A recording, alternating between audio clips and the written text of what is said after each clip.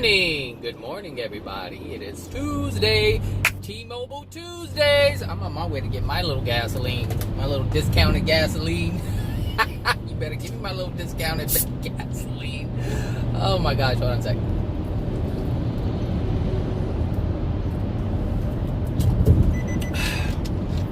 Gosh, I just love sparkling water. Okay, so today I'm going to talk about having love and being loved. Because there's a difference between the two, between having love and being loved. And I'm sure some of you, if you're listening to this video, then you probably followed some type of new age spirituality, something. New age spiritual circle of some sort.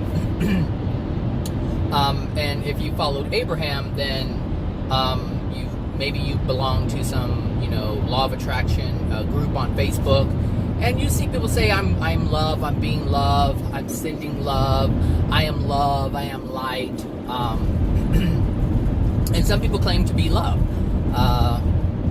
and that's something completely different than having love, and you operate differently, externally, but most importantly, internally. There's a difference in terms of how you feel when you are being loved and when you have love. And the difference is really interesting. What the fuck are you doing? Like, really? Oh, and it has a nerve to flip me off.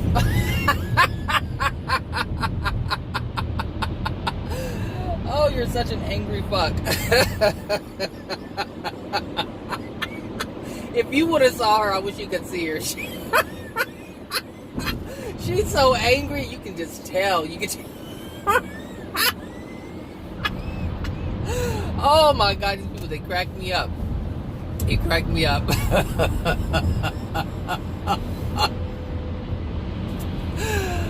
Oh my gosh, that's...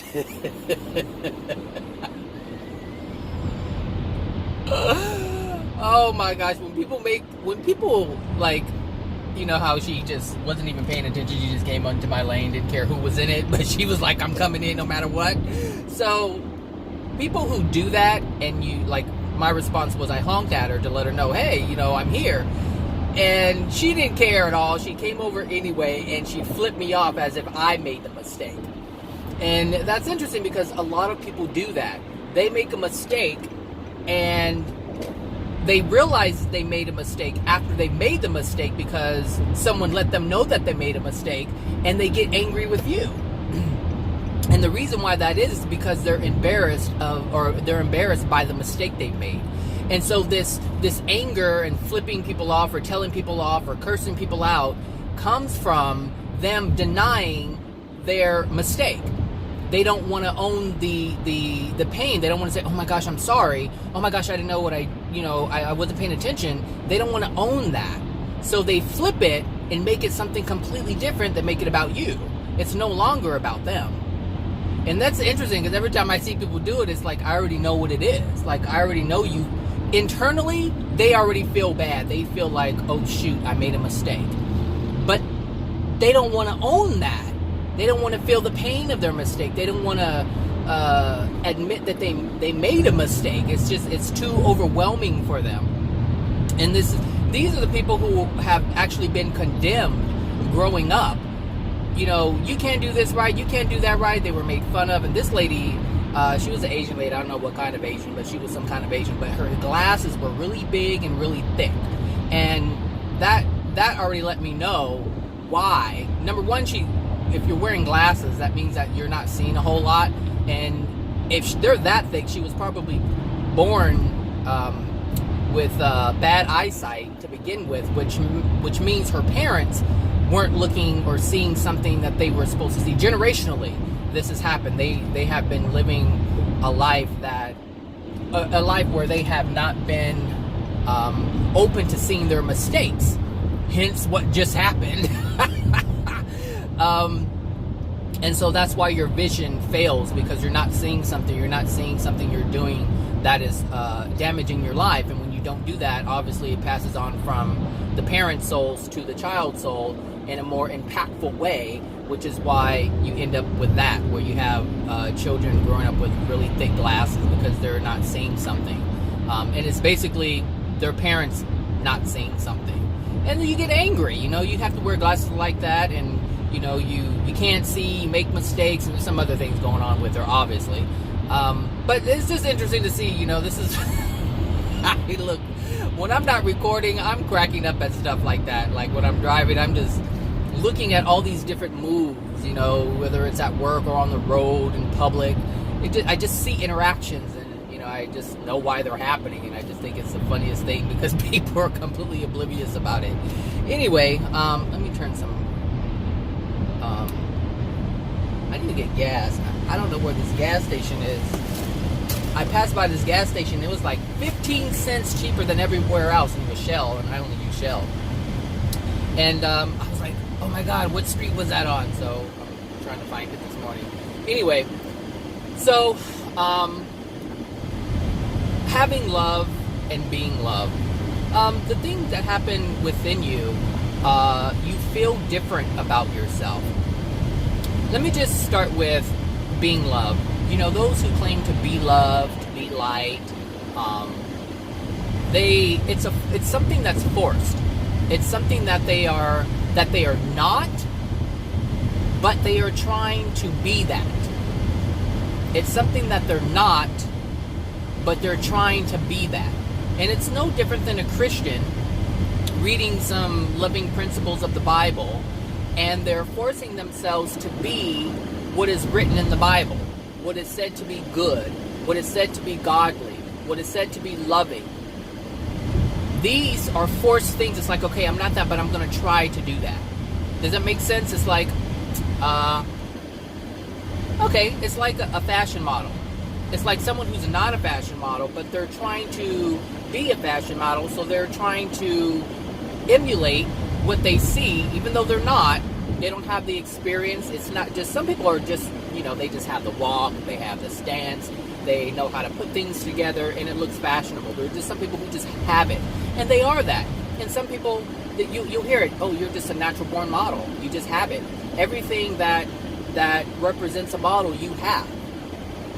And it's the same thing with love. It's either you have it or you don't, but you try to be on that path to make yourself believe and others believe that you are that.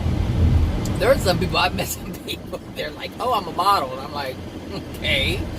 They have nothing. They don't, it doesn't, it's not like oozing out of them. It's something that you can do. Sure, you can put on some clothes and walk down a runway, but we all know that there's a difference between everyone who walks on a runway.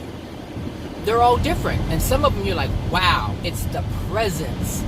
It's not just the clothes, it's the presence.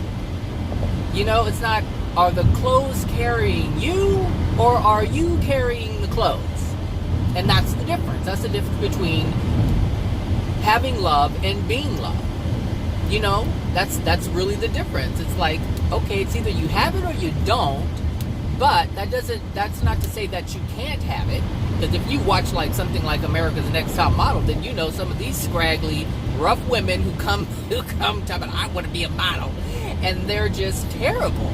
They're just rough around the edges, just rough all around. It's like they don't have stage presence, they don't have grace, they don't have any of these things, and yet they're claiming they're a model. But on the show they transform into one, and sometimes the most rough-looking one ends up being the winner, the most transformative. So I'm not saying that you can't have love, but there is a difference, and it's important to not fool yourselves, because if you fool yourself, you'll never get there. You'll never get there. It's not about just putting on clothes. It's not about just doing things. It's not about making hearts and sending unicorns and butterflies. It's not about that. It's beyond that. It's something that you can't really, it's not something you do, I should say. It's something that you hold within you. And that love really is transformative. It transforms your being. You are no longer the person you were before. And so, I've since I've experienced, a slight transformation. I'm not going to say a huge one, but I've experienced a slight transformation. And like before, when I was following like Abraham Hicks and I was on this New Age thing, it was like everything was forced.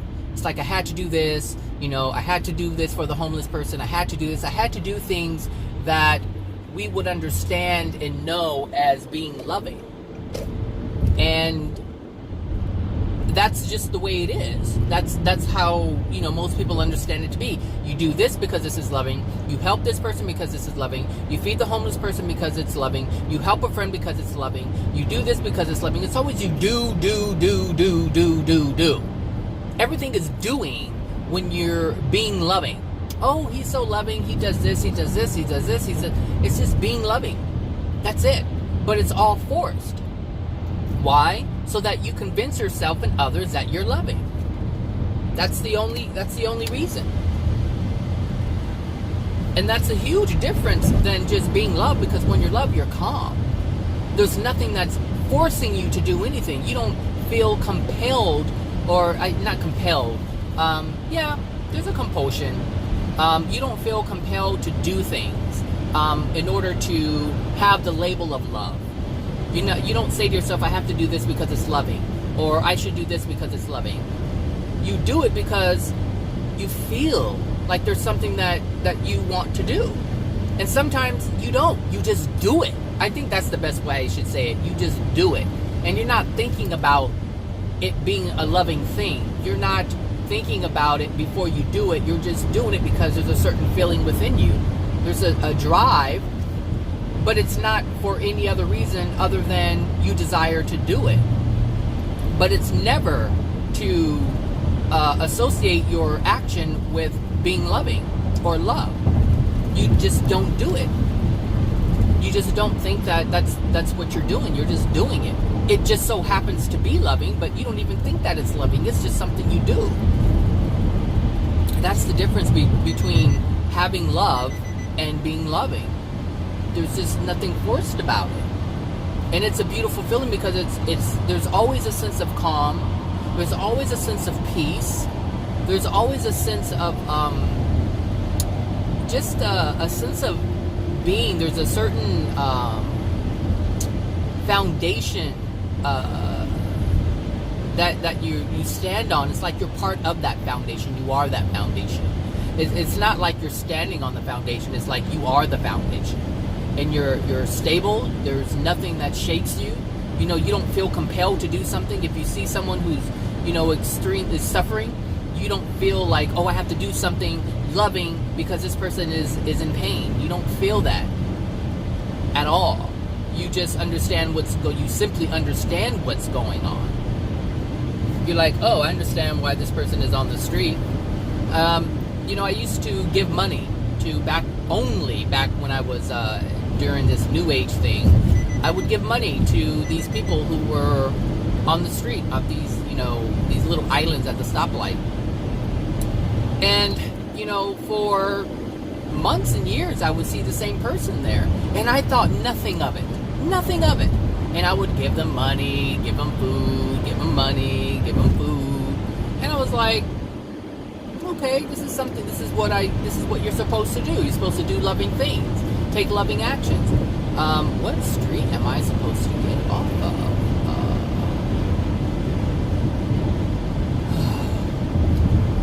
I had it in my head. Now I lost it. Anyway, I used to think nothing of it. Now, I wouldn't dare do it. Because now I understand how unloving my being loving was. I didn't know that. I didn't know that my acts of love was actually unloving. I had no clue. None whatsoever. All that time I was harming myself and harming them. Because I was sustaining their smallness. I was sustaining their degradation. They sit there with the sign and the dog. They're there every time I get off the freeway. Or every time I'm on my way home, I see the same person there. They're there with their little dog. And I'm like, like I said, I would just give him money. You know, here's some money, here's some food, here's some money, here's some food. And I thought that's what love was. That's my whole point. That's what I thought love was. Is it Western? No, it's some funky street. No, maybe Normandy. That's what it is. It's Normandy. Yeah, that's the messed up street. It's a funky old street. I hope it's Normandy. I think it is. Or Melrose. What's the same? Oh gosh, Melrose. It can't be Normandy. Melrose seems like a funky little street over here. It's some little weird street. It's ugly. Like the area's ugly. I'm like, let me ever get out of here. It's one of those. Oh yeah, it's the same thing. It's one of those areas where you wouldn't dare use your credit card at the pump station because they probably have some skimmer on it. You know, I usually don't carry cash, but I'm like, I need to carry cash for this place. I'm not swiping my card for anything. Yeah, this is it. So yeah, I thought it was love, and it wasn't loving. And the thing is, here's you know, when you feel compelled to do something, you're like, okay, I have to do this, I have to do this, you should do this, you should do that. Anytime there's a should, anytime you tell yourself you have to do this, it's forced. It's forced. Which is why the voice is telling you you should do this. Why would you have to tell yourself to do something if it were natural? It's not natural. You tell yourself you have to do this, you should help the homeless, you should help the poor, you should do this, you should do that. And really, what you're doing is you're just sustaining where they are. To have love within you, what you do is you help someone help themselves. $1 isn't going to get them off of the street. $5 isn't going to get them off of the street. $100 isn't going to get them off of the street. $1,000 is not going to get them off the street. $5,000 is not going to get them off the street. $10,000 is not going to get them off the street. Because they still hold the same things that caused them to be on the street. And so what do you think is going to manifest again? The street. Sure, they can put themselves in a motel or a hotel for a short period of time. They can get high, they can drink, they can even buy food, they can buy clothes, they can buy a tent, but they will end up on the street. And that's not loving someone.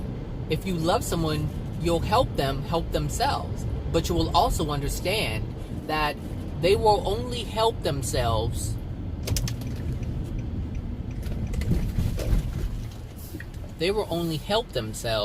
let me pause this video and I will be right back. Alright, I'm back. So I totally, like, right now gas is like $3.80 around here. And I got it for $3.30 per gallon. You better give me my discount.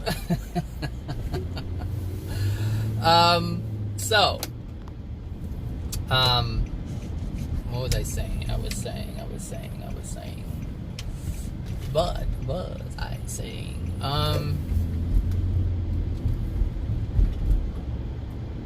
I don't know what I was saying, but what I did notice when I went into the gas station, I walked in, you know, so I can pay, and like all this stuff was like on the floor, like snacks, peanuts, and chips.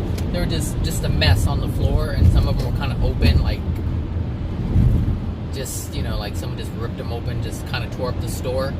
And so, I mean, my impressions was actually accurate, because I said, look, it's like one of those places where, you know, you don't want to swipe your card, and, you know, as soon as I pulled up, I like hid my wallet, took my phone down. I was like, and then I walk in and see that, I'm like, see? You know, people say, don't judge. It's not about judging, it's about knowing your environment and knowing the energy that's around. But that I was like looking at it, I was like, dang, I don't have my phone to take a picture. I was like, this worker is like has to deal with these people, who are irate for whatever reason, tearing up the store, and because they're not getting their way, whatever, just it doesn't matter. But he has to deal with that stuff. That's his law of attraction. And even when I said, I went in there twice, once to pay, and I said thank you, he didn't respond.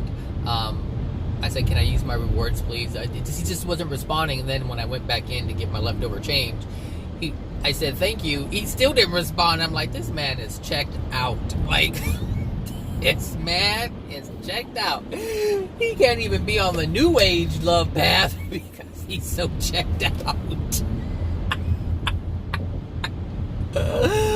Child, these people, man, all I see is just souls just like, they're just like, I'm done with these people. I'm done with life.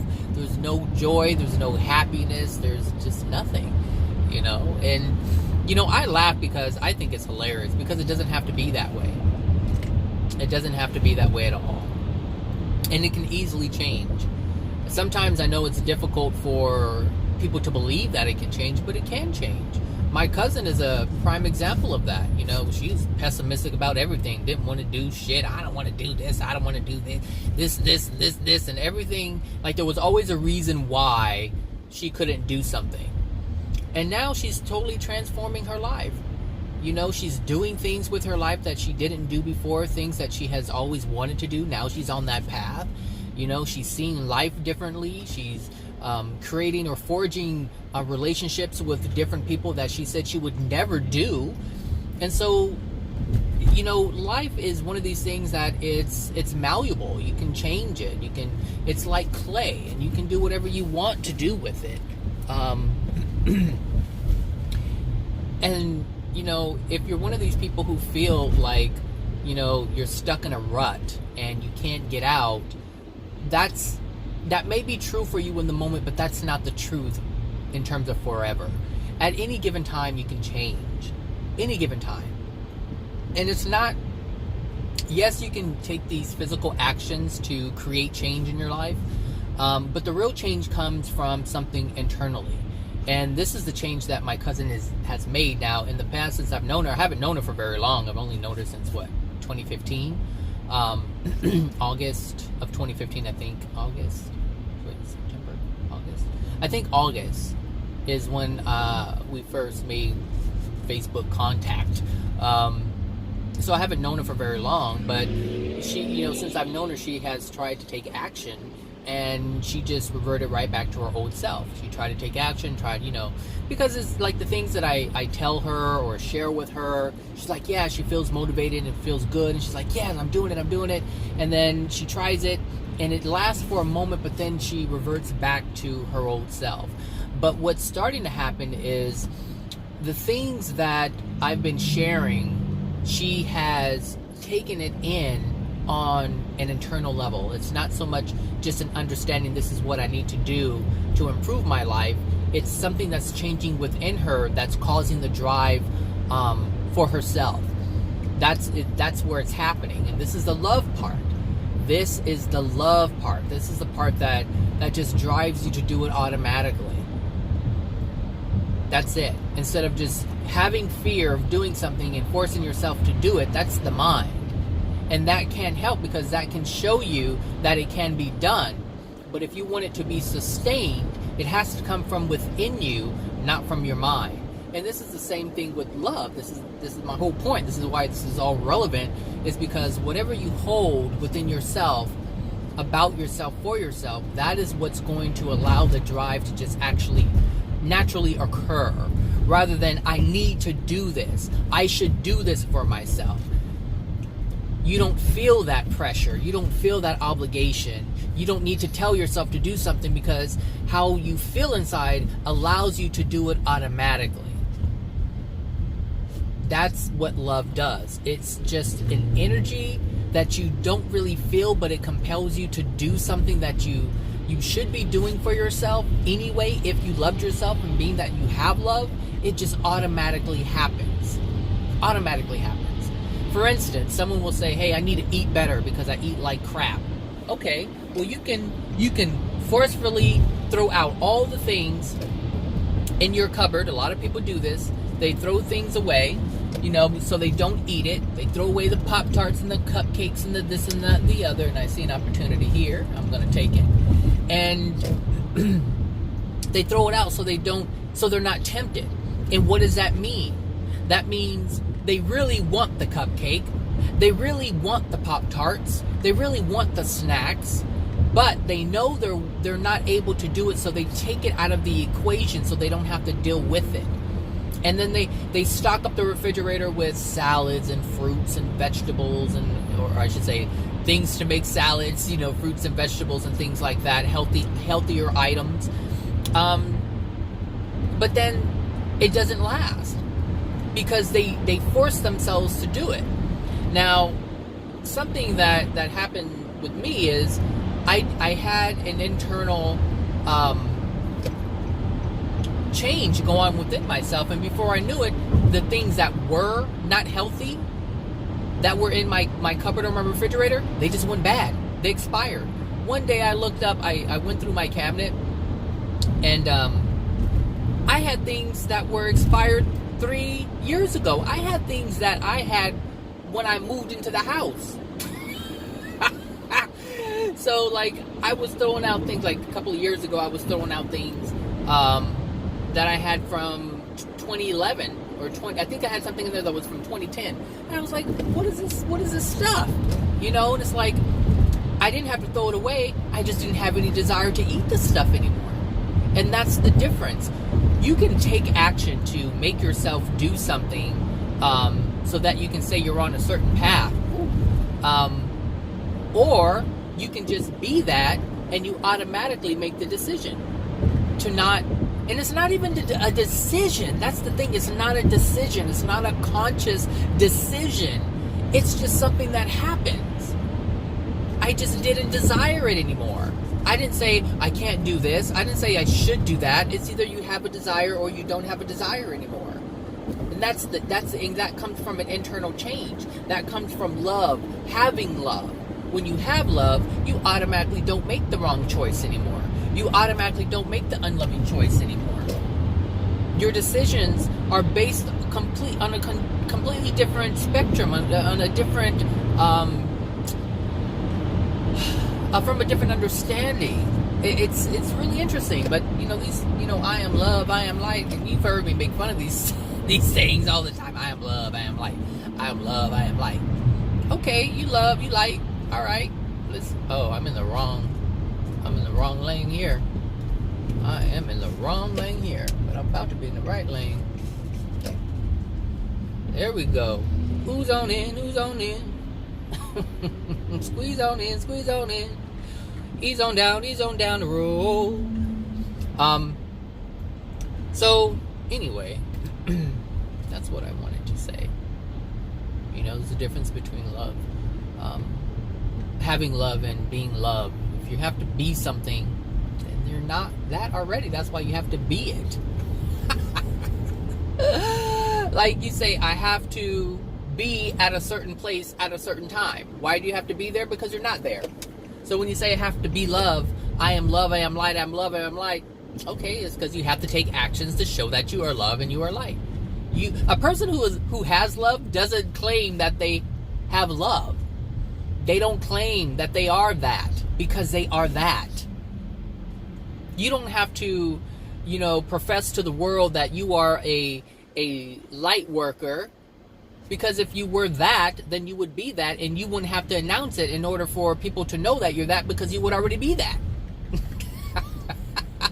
But this is just, like I said, it's just part of the illusion. Like I said yesterday, whatever you need to believe, or whatever you need to tell yourself to believe, whatever you want to believe, then do it. Do it until it doesn't work. It ain't work. I mean, it's working to a certain extent, but at some point, because it's not the truth, it's not sustainable. You always have to do something to show yourself that you are love and light. Why? Because you have to do something to take your mind off of the inadequacies that you hold within yourself. I just about unfollowed almost everybody who does this, because I understand where it's coming from, and I I don't live my life from that place, and so there's no reason for me to subject myself to lies. Would you want to ask yourself this? Because sometimes people think I'm too harsh, but ask yourself this: would you want to seek out people who lie and communicate with them? No. Would you want to find people who are dishonest and befriend them? No, you wouldn't. And so, since I already know people are lying to themselves, knowingly or unknowingly, it's still a lie, whether you know it or not. You don't believe, if you know something to not be true, and you know that the person doesn't know that what they're saying is untrue, do you believe it anyway? No. And this is what I'm doing. This is the only thing that I'm doing. I'm knowing when people are being dishonest. I know what a facade looks like, and so I just don't engage with people who live facades. Why do I need to do that? And that's not to say that I seek out people who are loving. That's going to happen automatically. I don't have to seek people out. The universe is going to bring me, these people who are a match to me. And that's it. I don't get people who want to argue with me all the time.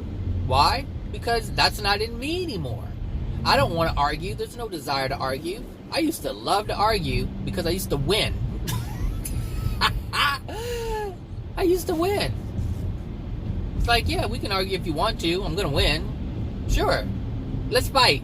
Let's fight. I'm gonna win. Now there's just no desire for that. There's no desire for it. I don't need to win. What do I need to win for? To prove what? To prove that I'm right? Well, I already know that. To prove that I know what I'm talking about? Well, I already know that. I don't need to argue with someone. I don't need to have a battle to understand that.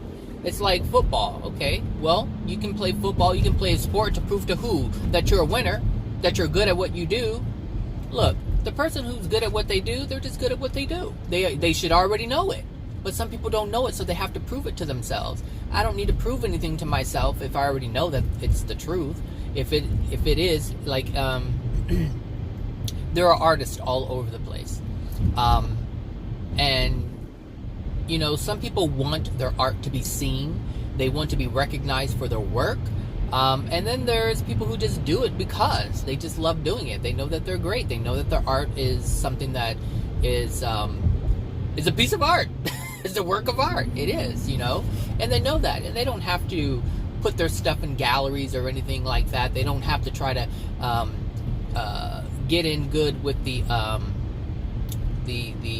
owner of the art gallery to have their pieces shown. And I'm not saying it's a bad thing to have that, but there's a difference between it naturally occurring because someone sees your work and they like it and they put it out there versus you trying to force it to be seen by someone. That's the difference. It's either someone knows that, they have good work, but there's no one, they don't need someone to recognize that. And then there's people that they need to be recognized in order for them to believe that the work is good. Because there's some artists out there who believe that the work isn't good. They don't believe it. And they're like, oh, my work's not good. And they're like, gosh, I need somebody to see my work. This is what I do. And they want to show everybody what they do so that they can get complimented on it, so that they feel good about it. Oh, I made this and I made that because they want to be recognized for it.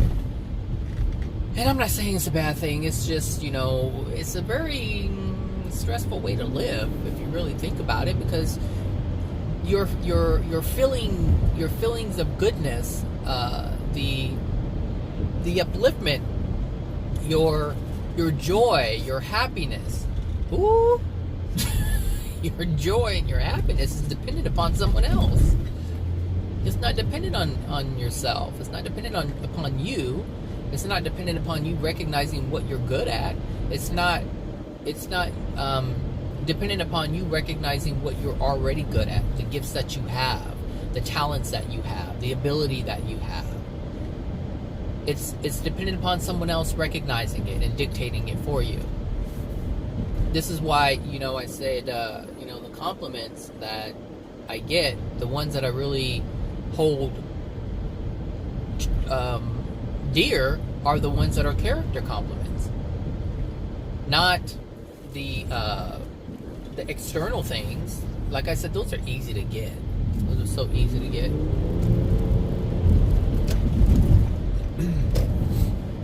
But someone can say, like, I can say this. someone, people used to compliment me, and I used to look at them like, and what authority do you have to say that? I used to get compliments about all kinds of things. I can't remember what they are because I didn't pay them much attention. But I used to think, as broke down, and this was how I was flawed. This is the judgment that I had back in the day. It's like, but look how raggedy your life is, and you, like, what authority do you have to give that compliment? You know, I used to only want compliments from someone who has already achieved that. Because then it was like, okay, now you understand it, so it has more meaning. It has more impact, more power. You have an authority. And what I didn't realize is that the people who were, I think am I gonna get breakfast? It's so early. It's like 6:30. Excuse me. What I didn't realize was people who I didn't think were worthy of giving such compliment because they weren't in that place. I didn't recognize that they were seeing something in me that they admired. I didn't see it from that perspective because I had so much judgment. I couldn't even see the compliment for what it really was at the time. You know, it's like people would recognize so many things in me, and I would look at them, I'm like, but you can't do it, so it doesn't have any meaning. And I like I said, I totally dismissed what was actually happening in the moment. Someone was admiring something in me because they didn't see it in themselves, or they wish they could do the things that I could do that they were complimenting me on. And now I understand that. I don't see it as something, now when it's still done to this day, but I don't see it from the perspective of judgment. I see it, and I don't use it to lift myself up.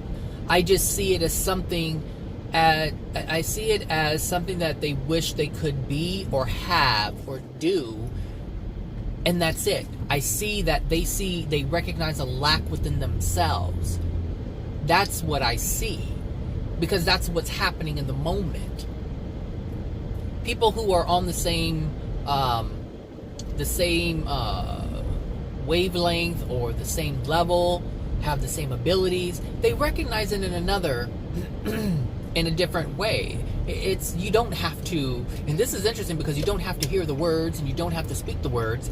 It's an unspoken recognition of one's ability. I think I have time for breakfast, so I have more than enough time for breakfast. So I should probably get some breakfast. I'll be sitting in the parking lot for a half hour until they open the door. Look, these folks, you know.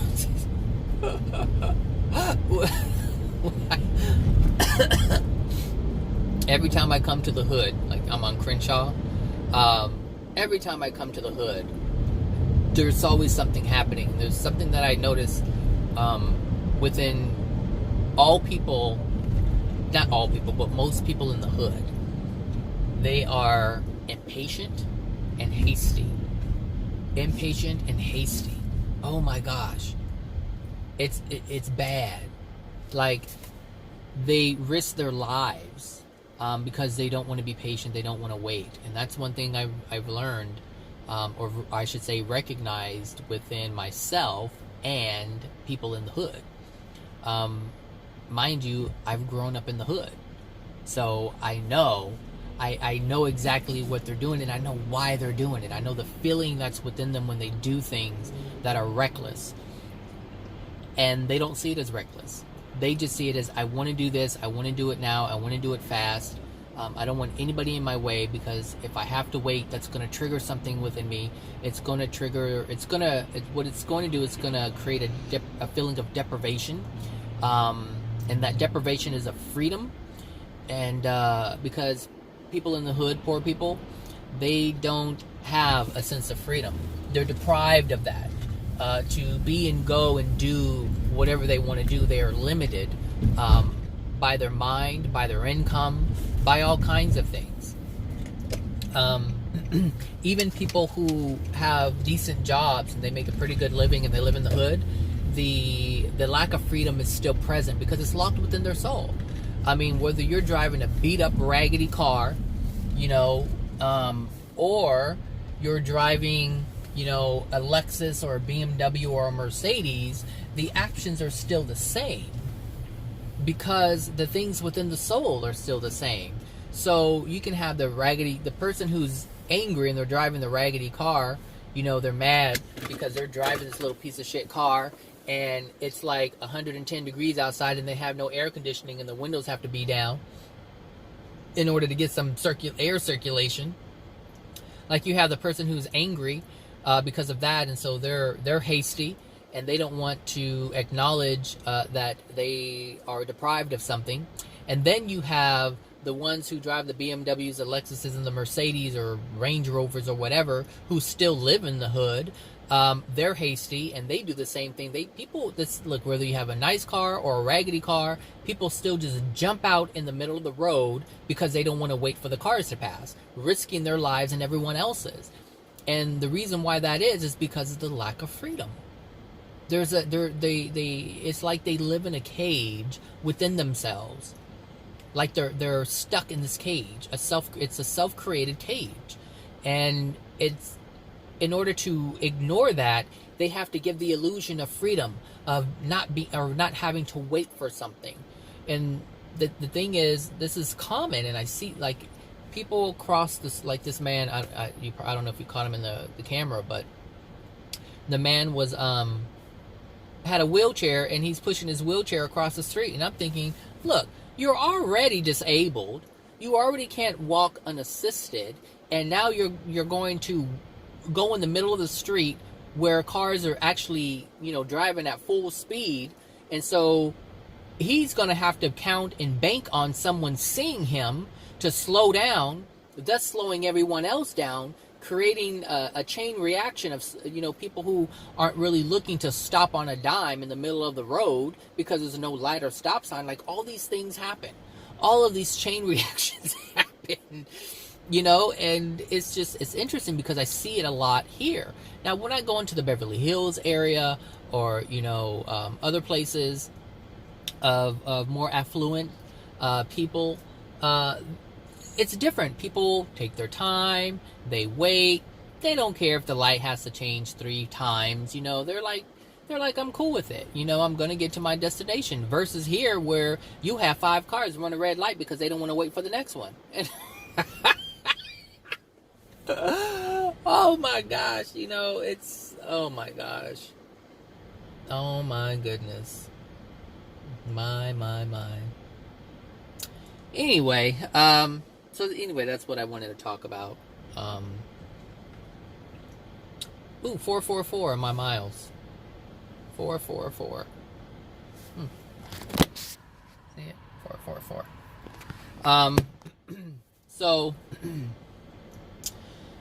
yeah, having love and being loved are 2 completely different things. It's a feeling that's inside. When you have love, there's a sense of peace, there's a sense of calm, there's a sense of direction. You have more patience. You're not banking on someone to recognize that you are a loving person. You're not even looking for it. It's not on your radar. When you have love, these things aren't on the radar. You're not looking to fit a description. You are the description. And that's the difference. People look to fit a description. They say, I am love. Why? So that you know and they know that they fit a description, rather than just being the description. There's, you know, you can attempt to be a definition of something, or you can be the definition of something. And that's the difference. You can be the definition of something, or you can attempt to be the definition of something. You can try to align yourself with this, or you can just be that. That's the difference. And it's a different feeling. It's a completely different feeling. I recommend it. This is not a sponsored ad, but I recommend it.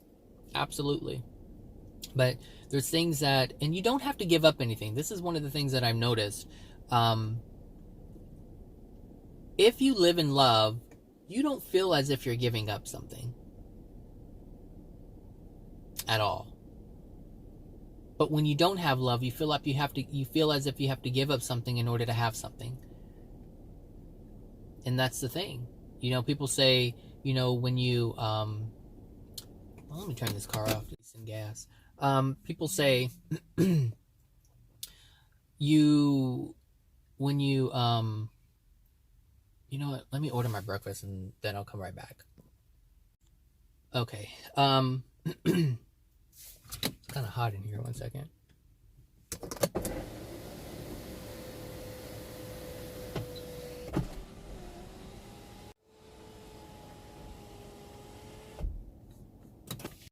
Okay. So, oh shoot. Oh my gosh, it's so funny. I always forget stuff. Because I make these videos on the fly, like stuff isn't scripted. So, I was talking about. I was gonna. Giving up something. You don't feel like you're giving up anything. When you. And and the reason, people say, they feel they have to sacrifice something in order to have something else. And the truth is, you don't have to sacrifice anything. And when you have love, or as you increase the love within your soul, what happens is the things that you once reached for are no longer of any importance. You're no longer governed by those things. And this the thing is, I realize that we are governed by so many things. We want things and we make our life about those things. But we only look for those things because we want to feel good. In some way, shape, or form, we want to feel good. And we believe that these things will make you feel better. And this is interesting because I remember Abraham Hicks saying, law of attraction, desire it, desire it, desire it. And it's true. You desire these things because you believe that you will feel better in the having of these things. That's what Abraham says. And it's true. You feel this. You feel that if you have it, then you'll feel better when you do. But if you look at your life, yesterday I said, I buy all these things and all these gadgets or whatever. And it's like, yeah, you buy it, you feel excited about getting it, and when you get it, there's the excitement, or the joy, I should say, is very short-lived. It's nice to have the things, but what you thought it was going to bring you, it never really does. And that's the thing is, they're all temporary experiences of joy, of pleasure, but they can't be sustained.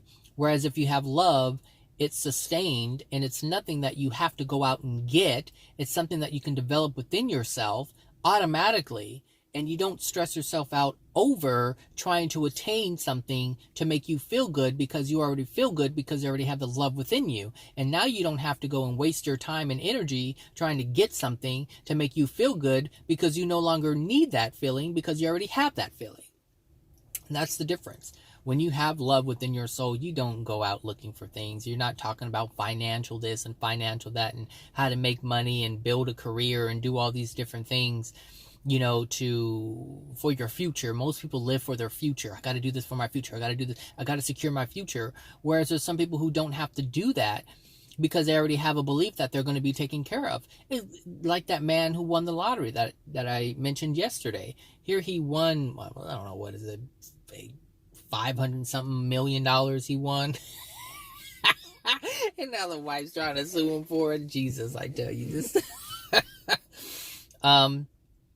He has a belief that, he doesn't have to work, and he said, I was looking for a job, I've never worked, it's been, I think he said it's been a long time since he worked, and it was kind of weird, putting in applications. He goes, but nobody would hire me. He goes, I would go in, put applications, and he said nobody called him back. That's what it was. He said nobody called him back. I think he was looking for like 4, 5, 6 months, and nobody called him back. And the reason why nobody called him back is because he doesn't have a belief that he should be working. He felt like, yeah, I have to do it to get a job to make money, but internally he truly felt that he didn't need to do that. And this is why he was able to not have to do that. He didn't have to go in, he didn't even have to work for a day at all. Not for a day. So he went from being taken care of by his wife to being taken care of by someone else, whoever, I don't know whoever it was, I don't know, to winning all this money and him being able to just not have to work. Like, he had this idea and his feeling about not wanting to work. And so he didn't have to. And that's the thing. It's like, when you have love, you don't feel you have to go out and do these things, that most people feel they have to do. But there are many people who believe, I mean, it's a common belief that people will say, things aren't just handed to you. You have to get out there and work. This is a common belief. This is a common belief, and which is why people have to get out there and work. And this is why, if someone says, hey, you can have this. If someone were to tell me you can have a house for free, I would look at them like they lost their damn mind, because it doesn't make any sense. We all know, right? For the most part, we all believe, meaning we feel we know, that no one's just going to give you a house unless you inherit it. But no one's just going to like, here you go. And somehow the universe managed to say, here you go. Really, the universe worked it all out. Not one person said, hey, I'm going to give you a house for free. The universe worked it out to where I am getting it for free. The bank's getting their money, but it's not coming out of my pocket. You see what I'm saying? The bank got their down payment, but it didn't come out of my pocket. This is what I'm talking about. The universe can bring you things in ways you can't understand, which is why you shouldn't live your life in a limited way of thinking that it can only come from one way. Look, I already know the universe can do all kinds of things, and I'm not trying to figure out how it's going to happen. I just know it's going to happen. And how the universe delivers it, that's up to the universe. I don't care. I just know that the universe is going to bring it to me. That's it. Whatever it is that I desire, the universe is going to bring it to me. If I feel that, number one, I'm worthy of it, and if I feel that I don't have any resistance to it at all, if I have these feelings, then I'm okay. I'm absolutely okay. I'm always going to be okay. Just like the lady, the manager, when she tried to bully me and make me do things that were completely inappropriate. And I told her, I said, no, and you're doing this and you're doing that. No. And so later on, when after the meeting, I left to get some lunch, and I guess she was leaving the parking lot, and she goes, Zach, is everything okay? And the thing that I told her is, I'm always going to be okay. And it doesn't matter what situation it is. It doesn't matter who I'm dealing with or what's going on. I'm always going to be okay. No matter what you do or anybody else does, I'm going to be okay.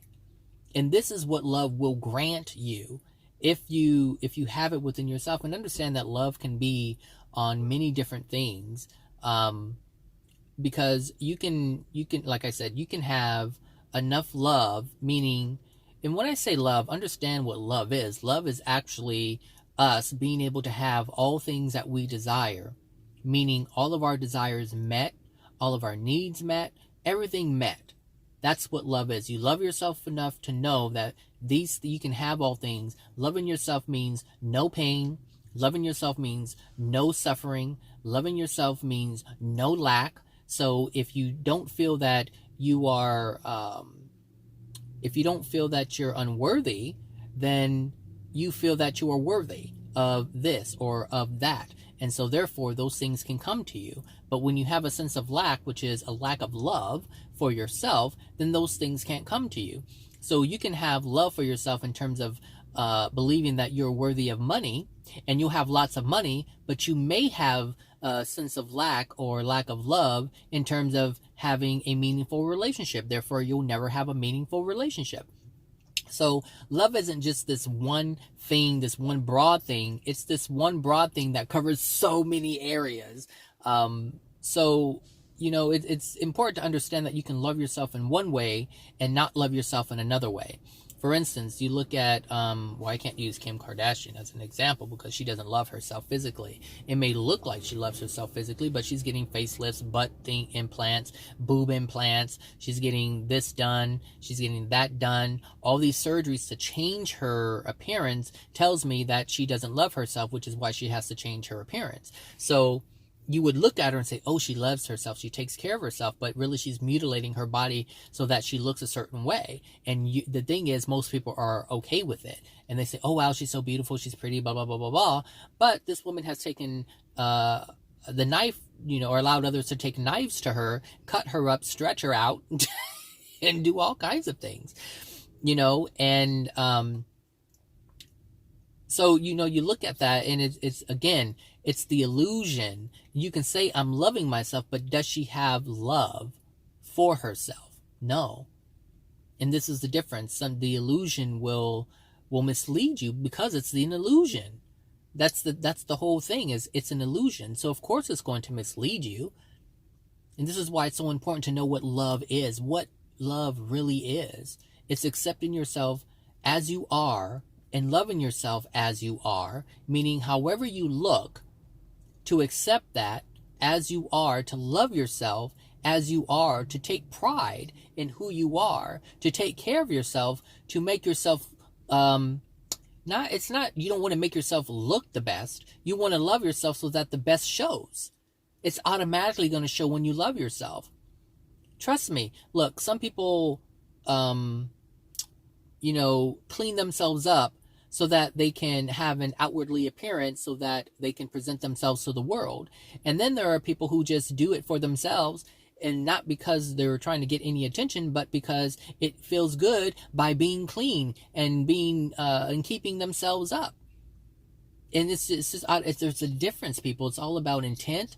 It's about why you're doing the things that you're doing. Most importantly, it's always about why you're doing what you're doing. We can do all kinds of things we can do the same things for the wrong reasons. We can feed the homeless man for the right reason or the wrong reason.